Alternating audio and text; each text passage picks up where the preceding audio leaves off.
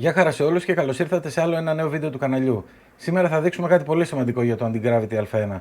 Κάτι που το θέλουμε για τις δύσκολες συνθήκες. Είναι το mod σε FCC.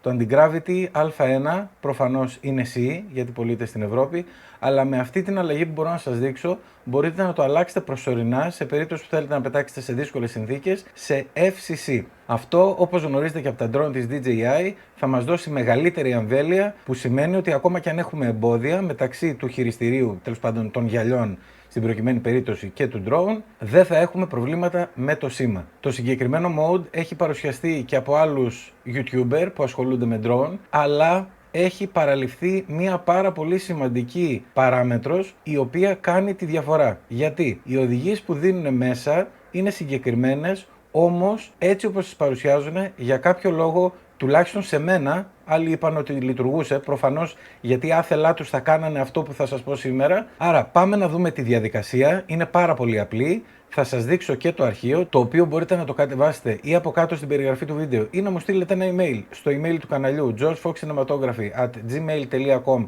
για να σας το προωθήσω, ό,τι σας είναι πιο εύκολο και με ό,τι νιώθετε πιο σίγουροι. Πάμε λοιπόν να δείξουμε τη διαδικασία, να την περιγράψουμε. Θα σας δείξω φυσικά και screenshot κτλ. Το πρώτο πράγμα που χρειάζεται και το βασικότερο απ' όλα για να καταλάβετε πώς θα γίνει αυτό το mode είναι ότι πρέπει να βάλουμε ένα αρχείο στα γυαλιά, στην κάρτα μνήμης των γυαλιών, και ένα αρχείο, μάλλον το ίδιο αρχείο, στην κάρτα μνήμης του drone. Το συγκεκριμένο αρχείο είναι αυτό που θα κατεβάσετε κάτω από την περιγραφή ή θα μου στείλετε email να σας το προωθήσω. Είναι ένα μικρό αρχείο με ένα σκριπτάκι μέσα, το οποίο το βλέπετε εδώ πέρα, και αν μπούμε μέσα, για να καταλάβετε ότι είναι πάρα πολύ απλό, θα δείτε ότι γράφει κάποια πράγματα. RF test, 2 τελείες, αγγείλη, αυτάκια, πάρουμε ό,τι κτλ. Είναι ο συγκεκριμένος κώδικας ή script, όπως θέλετε να το πείτε, ενεργοποιεί το FCC mode στο Anti-Gravity Α1. Υπάρχουν δύο αρχεία. Το ένα αρχείο θα χρησιμοποιήσουμε ή το ένα ή το άλλο, θα σας πω. Το ένα αρχείο που μπορούμε να χρησιμοποιήσουμε και για τα γυαλιά και για τον drone είναι αυτό που βλέπετε εδώ, και να κλείνει με 2 αγγείλες στο τέλος, στο 5 δηλαδή να κλείνει με 2 αγγείλες, ή να προσθέσουμε κόμμα persistent κάτω παύλα config, 2 τελείες true και 2 αγγείλες στο τέλος φυσικά για να κλείσουμε το script. Είτε το ένα χρησιμοποιήσετε είτε το άλλο χρησιμοποιήσετε, είναι το ίδιο πράγμα με βάση τις δοκιμές. Μέσα λένε ότι αν χρησιμοποιηθεί αυτό που έχει το persistent config 2 τελείες true, τότε πλέον περνάει ημιμόνιμα το FCC mode και δεν χρειάζεται να βρίσκεται παρόν το αρχείο αυτό μέσα στις SD κάρτες. Έκανα σχετική δοκιμή, δεν παρατήρησα κάτι τέτοιο. Άρα θα σας πω με βάση τη δικιά μου εμπειρία και με βάση τις δικές μου δοκιμές. Αυτό λοιπόν είναι το αρχείο με αυτά τα πράγματα μέσα, είτε με αυτό είτε χωρίς αυτό, και ο τίτλος του είναι αυτός εδώ, SDR κάτω παύλα RF κάτω παύλα test, 1 KB. Τίποτα, είναι αυτό το πραγματάκι, σκριπτάκι. Παίρνουμε λοιπόν copy και θα αντιγράψουμε το αρχείο αυτό μέσα στην κάρτα μνήμης του drone, η οποία βρίσκεται εδώ πέρα πίσω. Δεν χρειάζεται να κάνουμε καμία αλλαγή στην κάρτα μνήμης του drone. Καμία αλλαγή. Όπως είναι με τα βίντεο μέσα και ό,τι άλλο έχουμε, το αφήνουμε και βάζουμε και το σκριπτάκι αυτό, το αρχείο αυτό, μόλις μπαίνουμε μέσα στην κάρτα μνήμης. Όχι σε φακέλους, όχι σε τίποτα. Μόλις μπαίνουμε μέσα στην κάρτα μνήμης, πετάμε μέσα το αρχείο. Τώρα, εδώ είναι παιδιά το μυστικό εντός εισαγωγικών, ή τέλος πάντων το κόλπο. Στα γυαλιά, η κάρτα μνήμης που θα βάλουμε μέσα, ή αν έχουμε μέσα κάρτα μνήμης, ή αν βάλουμε κάρτα μνήμης, πρέπει να είναι τελείως άδεια.